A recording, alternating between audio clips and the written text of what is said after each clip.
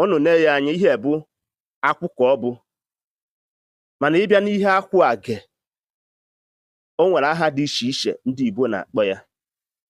So deelu nye n'ozi edemede ma kawa arụ tụsa ozi a. Nke mbụ nke unu na-afụ nke bụ akwụ enweghị enwu. Kedu ihe ndị Igbo na-akpọ nke mgbadolu? Nke bụ nke mbụ. Nke ịbụa, kedu ihe ndị Igbo na-akpọ nke unu fụrụ?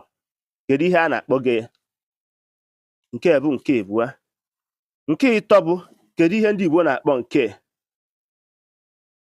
unu fụrụ? Kedu ihe ndị Igbo na-akpọ ya? Nke ikpete maazị, kedu ihe Igbo na-akpọ nke? So unu gụọ ya ọnụ, unu afụ na ọ dị 1 2 3 4. So nwanne m, ọ bụrụ na ịma ya bụ ihe, deelu nye on my comment and tụsakwa ihe ozi a. Okay?